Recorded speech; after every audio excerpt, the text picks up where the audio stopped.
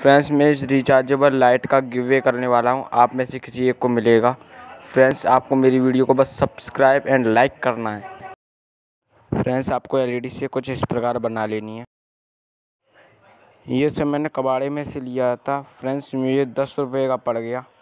Friends, आपको यह सब ना मिले तो आप पीवीसी पाइप का भी इस्तेमाल कर सकते हैं। ये नटे मुझे उस कबाड़े में मिले थे।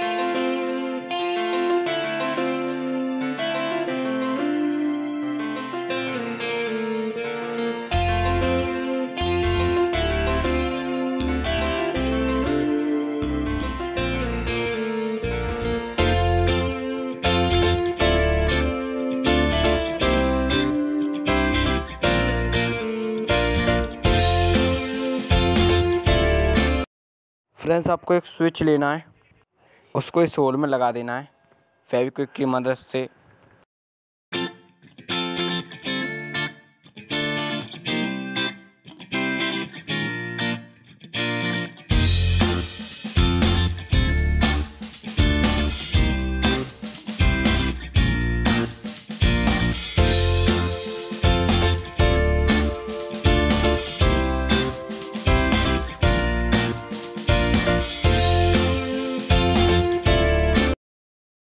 हमने एक इसमें चार्जिंग पिन भी लगाई है।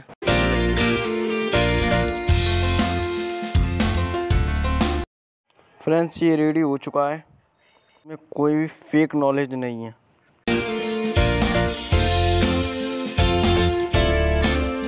चल चुका है। इसमें कोई भी वायर का कनेक्शन नहीं है।